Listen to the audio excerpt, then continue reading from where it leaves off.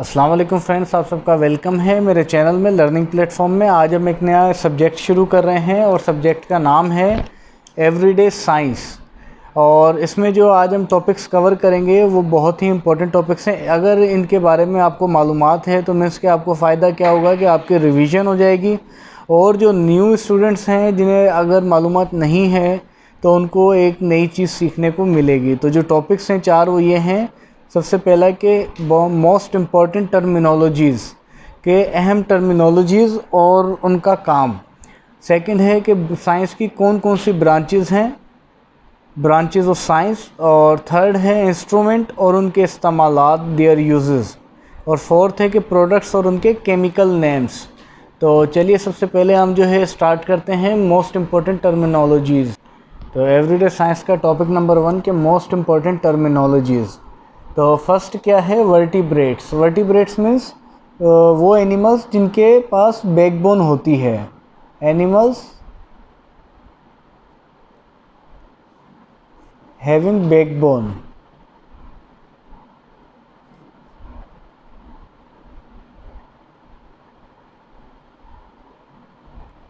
Invertebrates means के वो animals जिनके पास बैकबोन नहीं होती।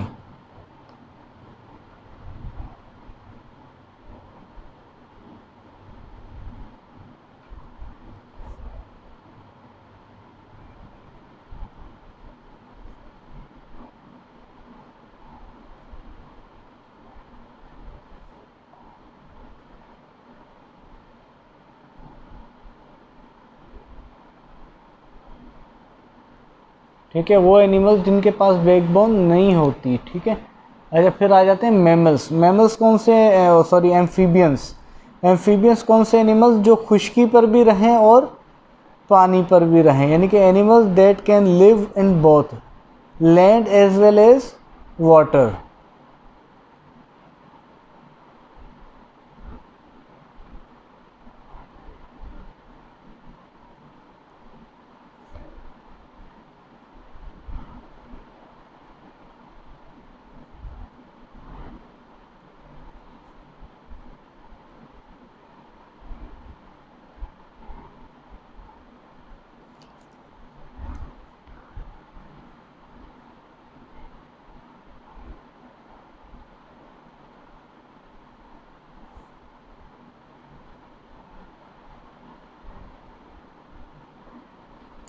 अच्छा फिर है फोर्थ के ऊपर मैमल्स।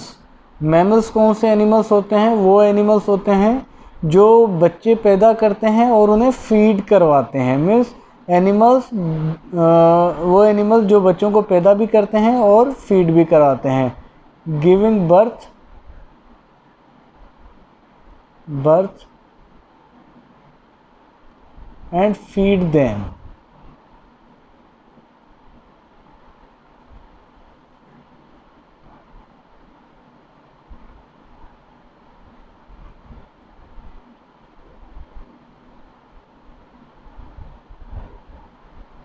ठीक है, उसके बाद taxonomy means the classification. Taxonomy क्या होती है कि प्लांट्स की और एनिमल्स की classification.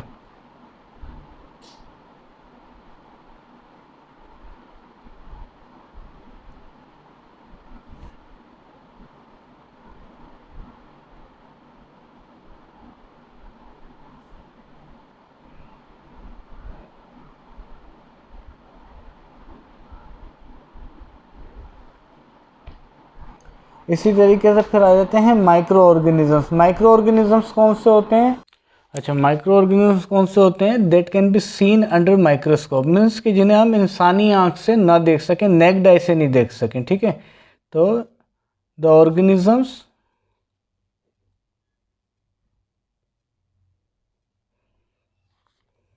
Can be seen in the microscope.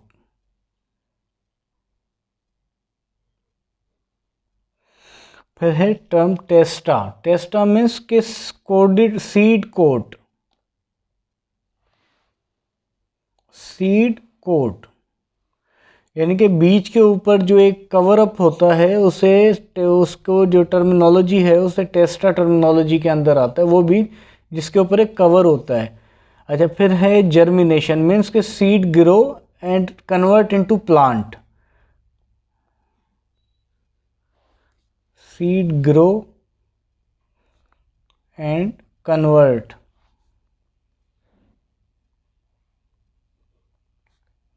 In plant. अच्छा, फिर है पॉल्यूशन। ये क्या होता है कि मतलब ये कह सकते हैं कि हार्मफुल गैसेस का जो है एटमॉस्फेयर में फैलना, मीन्स के harmful gases in the atmosphere.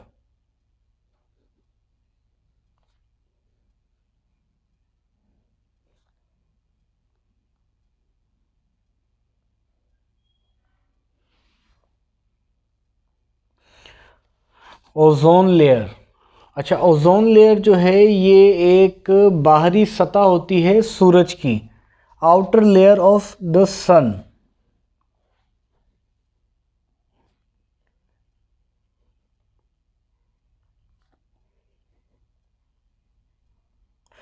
Corona, ये कोरोना वो नहीं है जो बीमारी फैली थी, ये कोरोना क्या होती है, ये आउटर एक ये लेयर होती है सन के, फिर इसके भी बाहर एक लेयर होती है जिसे कोरोना कहते हैं, outer most layer.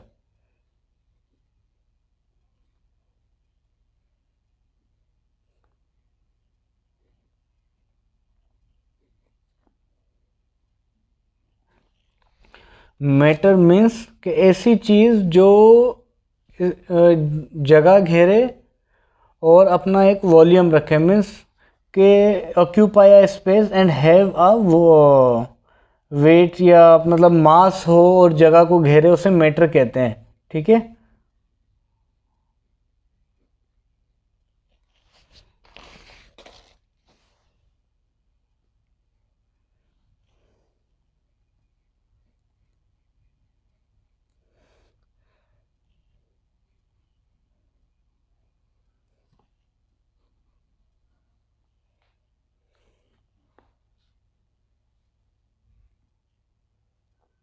Solid means के हैव अ डेफिनेट शेप और वॉल्यूम।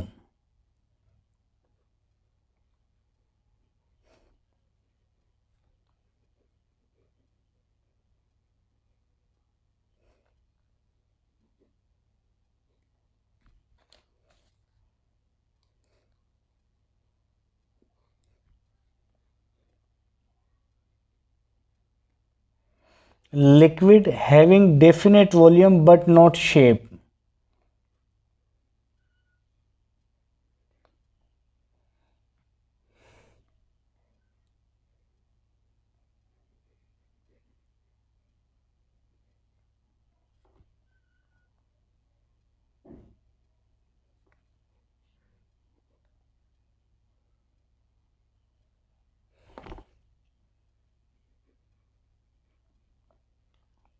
गैसेस क्या है, ना तो इनका कोई डेफिनेट वॉल्यूम होता है, मीन्स के ना तो कोई डेफिनेट वॉल्यूम होता है और ना ही इन गैसेस का कोई डेफिनेट शेप होता है। तो इन्हें हम क्या कहते हैं कि having no definite volume, volume और एंड शेप। मीन्स कि ना तो इनका कोई डेफिनेट वॉल्यूम होता है और ना ही कोई डेफिनेट शेप। अच्छा, एवापोरेशन क्या है कि एवापोरेशन क्या होता है कि पानी जो होता है, लिक्विड जो होता है, वो क्या होता है कि गैसियस में कन्वर्ट होकर आबी बुखारात की सूरत में उड़ जाता है। जैसे हम पानी उबालते हैं तो जब हम उसे उबालते हैं तो क्या करता है कि वो धुआं यानी कि भाप बन के उड़ जाता है, दैट इज अ एवापोरेशन, कि liquid convert in the form of gas.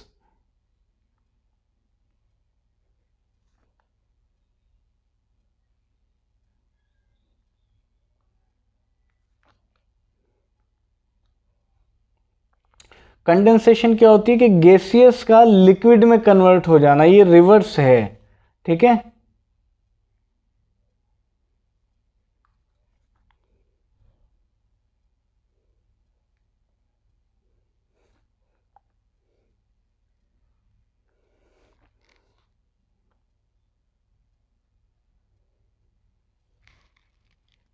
अच्छा, फिर आ जाता है कि रेडिएशन। रेडिएशन क्या होती है कि ये हीट को ट्रांसफ़र करना वेव्स की सूरत में, ठीक है, कि हीट का ट्रांसफ़र होना in the form of waves.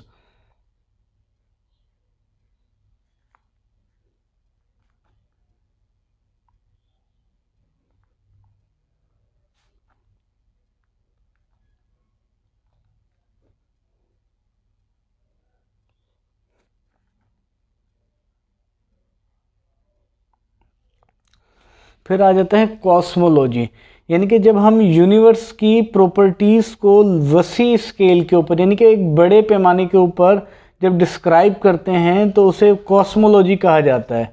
Means, तो इधर हम सिंपली कह सकते हैं to describe the properties of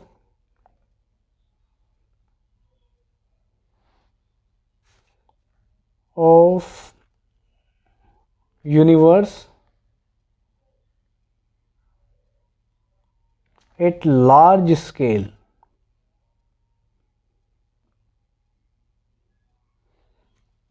clusters क्या होता है? द ग्रुप ऑफ स्टार्स और गैलेक्सीज, के सितारों का या गैलेक्सी का जो ग्रुप होता है उसे क्लस्टर कहते हैं।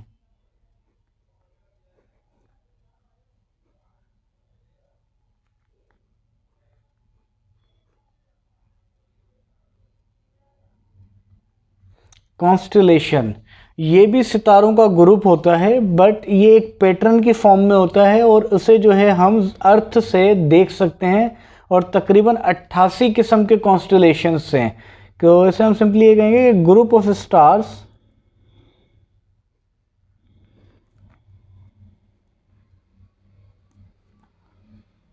in the form of pattern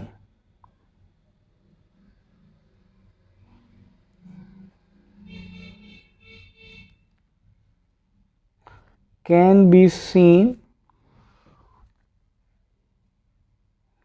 from earth।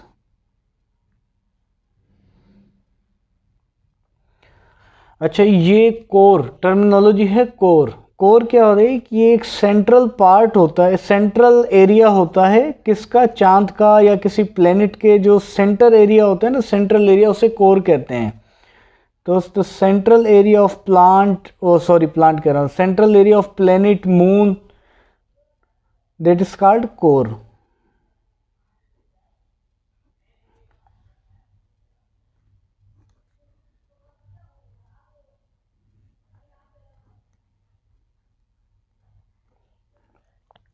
Crust क्या होता है? ये आउटर पार्ट होता है किसका? मून का या प्लेनेट का।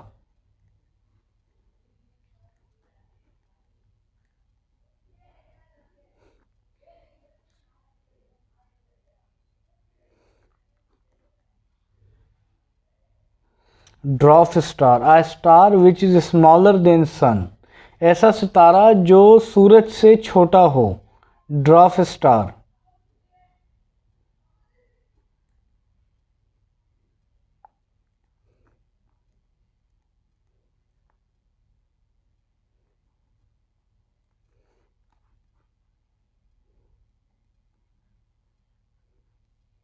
ठीक है। गेंट स्टार मीन्स के ऐसा सितारा जो सूरज से बड़ा हो, ठीक है। A star which is greater than sun. Eclipse क्या होती हैं? इक्लिप्स एक्चुअली मैं आपको सिंपली दिखाऊं कि स्पेस के अंदर मुख्तलिफ सियारे जो हैं एक दूसरे के इर्द गिर्द घूम रहे होते हैं। तो जब एक सियारा किसी दूसरे सियारे को मुकम्मल तौर के ऊपर या पार्शली तौर पे ब्लॉक करता है तो उसे इक्लिप्स कहा जाता है। ठीक है, कोई भी ऑब्जेक्ट स्पेस में किसी दूसरे ऑब्जेक्ट को ब्लॉक करता है, रास्ते मतलब उसकी जो है रास्ते को ब्लॉक करता है पार्शली या completely, so that is called eclipse. ठीक है, तो इधर मैं लिख भी देता हूं, an object that block completely या partially to other object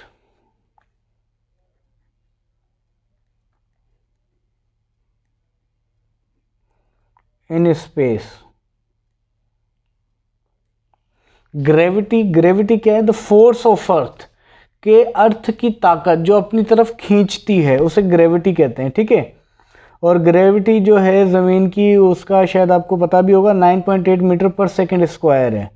force of earth, simply हम ये कह सकते हैं फोर्स ऑफ अर्थ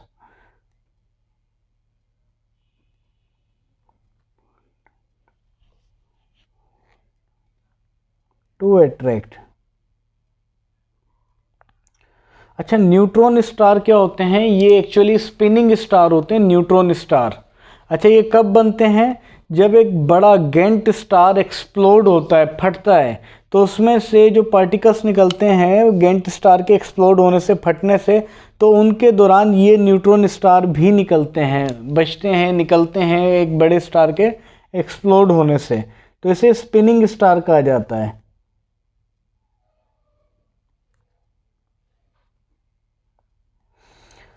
फिर टर्म है बायोजियोग्राफी। अच्छा, बायोजियोग्राफी जो टर्म है ये क्या है? ये ज्योग्राफिक स्टडी होती है जो एनिमल्स की और प्लांट्स की डिस्ट्रीब्यूशन करती है। कहाँ पर? स्पेस में, ठीक है, प्लेनेट के ऊपर, किसी मतलब प्लेनेट के ऊपर, ठीक है। इधर मैं इधर मैं सिंपली ये लिखता हूँ कि distribution of plants and animals on planet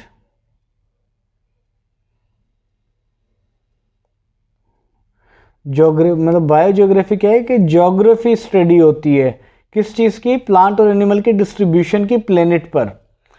अच्छा, पर कार्टोग्राफी, कार्टोग्राफी जो टर्म है ये बिल्कुल ही जो आप देख रहे हैं ग्राफी लफ्ज़ है, इसी से ही मतलब मैच करता है। क्या मैच करता है?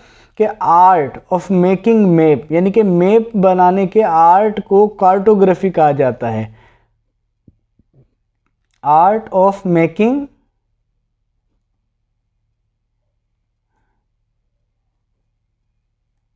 मैप, यानी कि मैप बनाने के आर्ट को कार्टोग्राफी कहा जाता है। और डिफॉरेस्टेशन तो आपको पता ही होगा कि डिफॉरेस्टेशन क्या होता है कि फॉरेस्ट वगैरह को, जंगलात को काट कर और फिर रास्ते वगैरह बनाना, यानी कि जंगलात के काट कर उसको मतलब इंसानों के इस्तेमाल में लेना।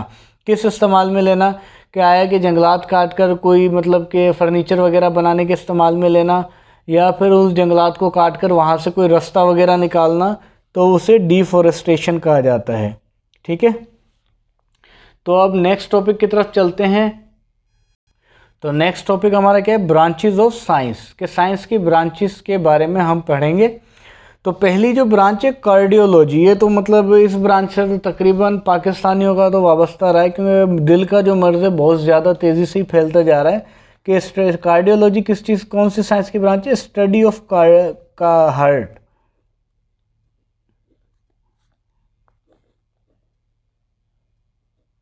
Geology study of earth. Neurology study of neurons,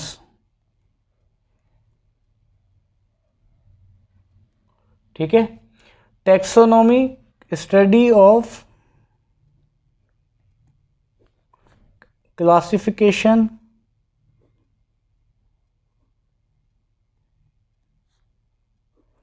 plants और animals.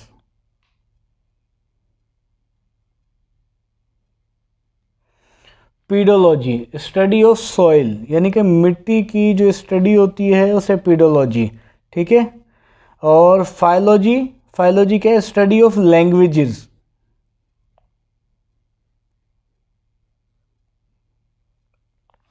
Osteology study of bones.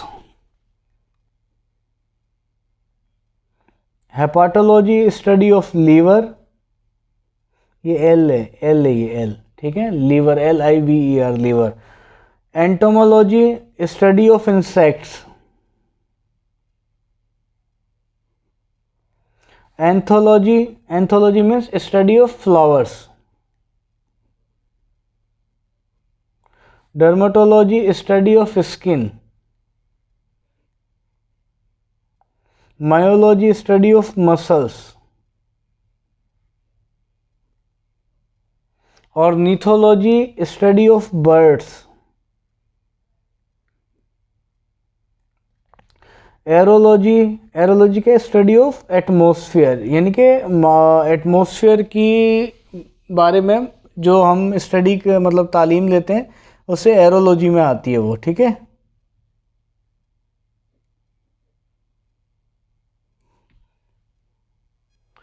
अच्छा, फिर है एग्रोबायोलॉजी। तो एग्रोबायोलॉजी किस चीज़ की स्टडी है? स्टडी ऑफ प्लांट न्यूट्रिशन, ठीक है। Plants nutrition,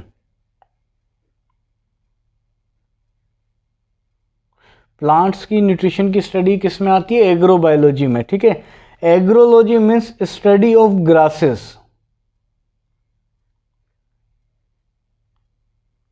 study of grasses. Anemology study of wind, हवा। Anthropology study of human culture.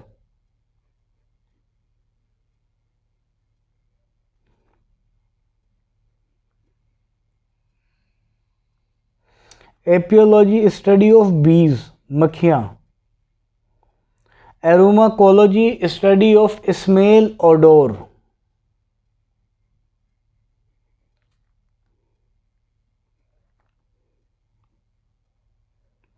Arthrology study of joints, ये जो हमारी बॉडी के जो जॉइंट्स होते हैं। स्मेल और ओडोर मतलब सूंघना, और ओडोर मतलब कि किसी अच्छी या बुरी खुशबू को महसूस करने की स्टडी को आर्मोकोलॉजी कहा जाता है, ठीक है। और आर्थ्रोलॉजी जो है ये क्या है? ये स्टडी ऑफ जॉइंट्स है, ठीक है। एस्ट्रोबॉटनी यानी कि प्लांट्स की स्टडी किसी दूसरे प्लेनेट पर, ठीक है। Study of plant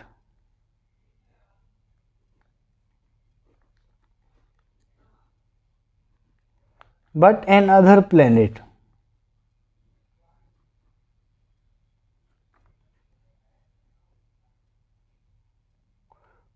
Audiology study of hearing.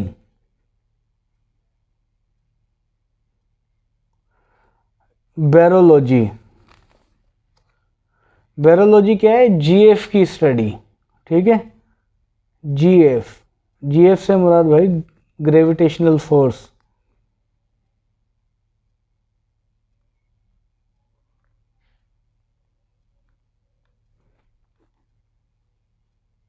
ये जीएफ, वो जीएफ नहीं है।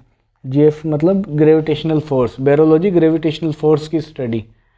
अच्छा, फिर है बाइब्लियोलॉजी, ये किस चीज़ की स्टडी है? बुक्स की। फिर आ जाती हैं हमारे पास दूसरी और भी स्टडीज़ हैं। चिरोलॉजी स्टडी ऑफ हैंड्स, यानी कि हाथों की स्टडी जो होती है कि हाथों के अंदर, ऐसा नहीं है कि पामिस्ट, वो स्टडी नहीं। चिरोलॉजी जो है वो स्टडी जो हैंड्स की स्टडी के बारे में होता है, ठीक है। और चिरोपॉडी ये लेग्स स्टडीज़ होती हैं, ठीक है, लेग्स के बारे में स्टडी करना। डेमोग्राफी मीन्स के पॉपुलेशन की स्टडी, स्टडी ऑफ पॉपुलेशन। और इकोलॉजी स्टडी ऑफ एनवायरनमेंट।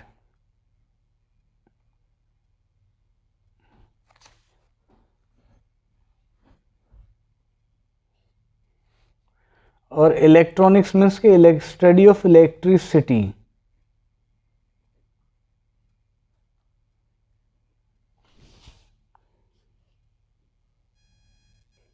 अब हमारा थर्ड टॉपिक है इंस्ट्रूमेंट और उनके यूजेस। तो हमारे पास वो स्पेसिफिक इंस्ट्रूमेंट्स की बात किए जा रहे हैं जो कॉमनली यूज़ किए जाते हैं, ठीक है। वैसे तो कई इंस्ट्रूमेंट हैं, लेकिन जो कॉमनली यूज़ होते हैं उन इंस्ट्रूमेंट के बारे में मैं आपको बताता हूँ। Galvanometer means small electric current देखने के लिए।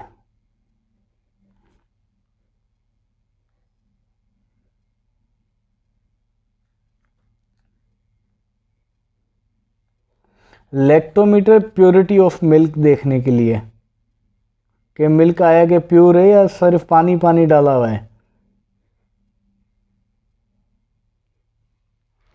उसके बाद आ जाता है radiometer, emission of radiant energy.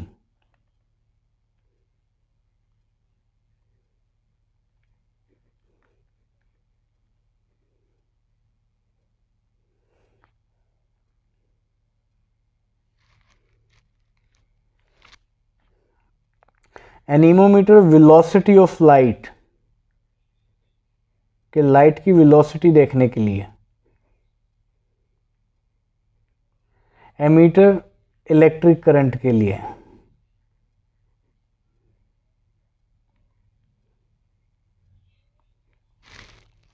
Barometer, atmospheric pressure देखने के लिए।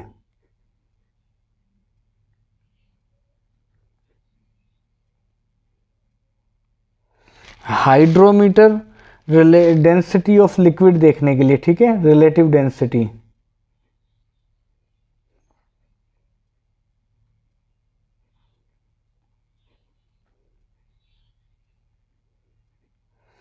स्पेक्ट्रोमीटर, स्पेक्ट्रोमीटर किस लिए यूज होता है? स्पेक्ट्रम ऑफ लाइट के लिए, ठीक है।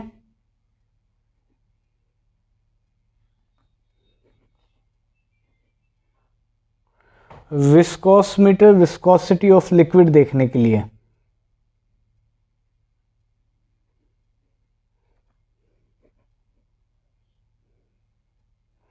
थर्मामीटर, वो तो आपको पता ही है कि बॉडी टेम्परेचर के लिए आया। बॉडी टेम्परेचर, कोई भी टेम्परेचर देखने के लिए थर्मामीटर यूज़ होता है, टेम्परेचर के लिए। सिंपली मैं यही लिखता हूँ, temperature.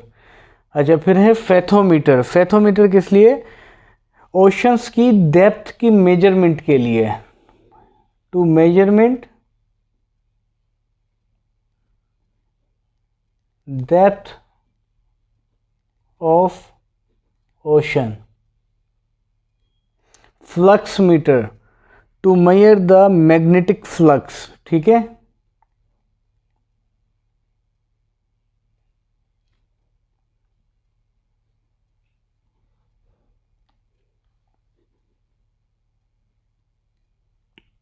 Endoscopy, for the study of external part of human.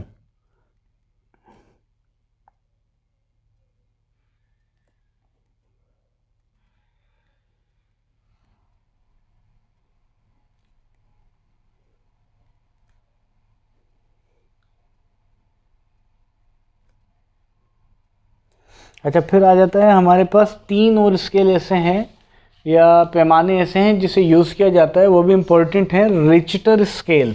अच्छा, रिचटर स्केल जो है ये किस लिए यूज़ होता है? अर्थक्वेक के मैग्नीट्यूड को मेजरमेंट करने के लिए, टू मेजर द मैग्नीट्यूड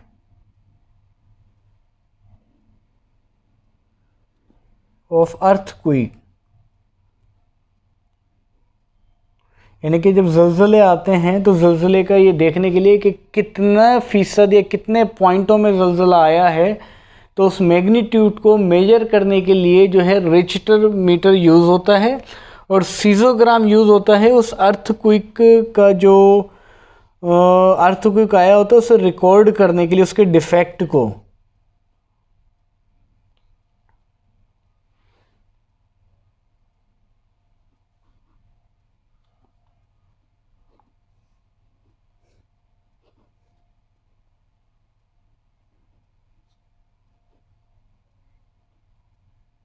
उसके बाद है हाइग्रोमीटर। हाइग्रोमीटर किस लिए? ह्यूमिडिटी ऑफ एयर या गैस, कि किसी एयर की या गैस की ह्यूमिडिटी को मेजर करने के लिए।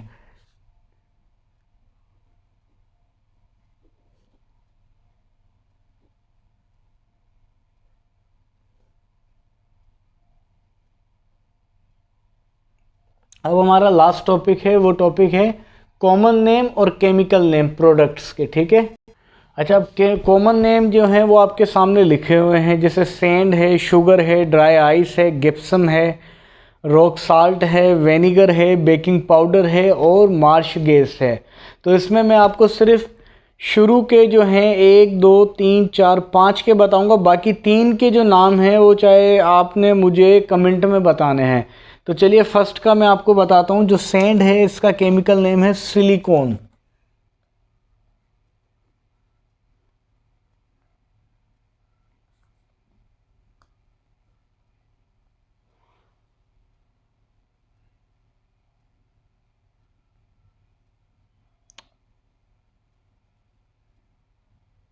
ठीक है।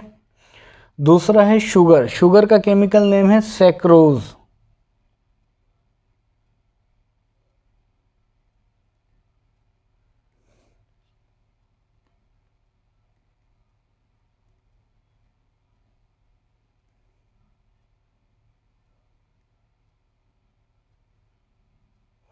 ड्राई आइस, इसका केमिकल नेम है सॉलिड कार्बन डाइऑक्साइड।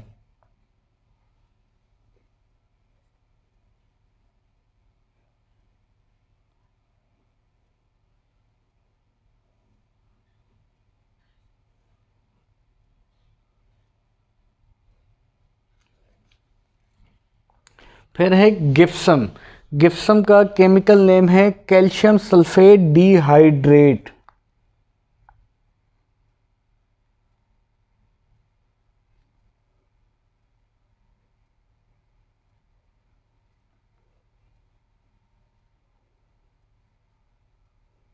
इसका फार्मूला मैं नीचे लिख देता हूँ।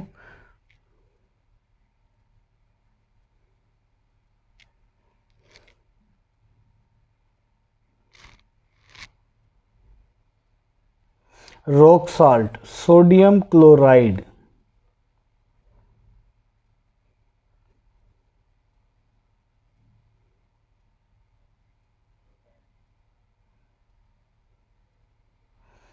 अब ये 3 हैं, इनके नाम आपने कमेंट में बताने हैं, ताकि जिसके सही होंगे उसके कमेंट को मैं रिप्लाई भी करूँगा, लाइक भी करूँगा और रिप्लाई भी ज़रूर दूँगा, और सही या गलत ये भी बताऊँगा।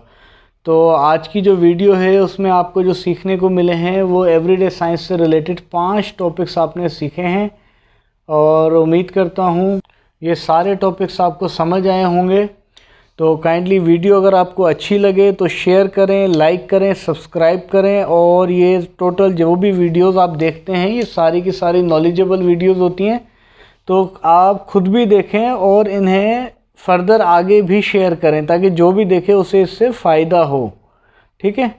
तो काइंडली अब एक जो है वो हमारी आखिरी में आपसे यही रिक्वेस्ट करेंगे कि चैनल को ज़्यादा से ज़्यादा सब्सक्राइब करें, लाइक करें, शेयर करें।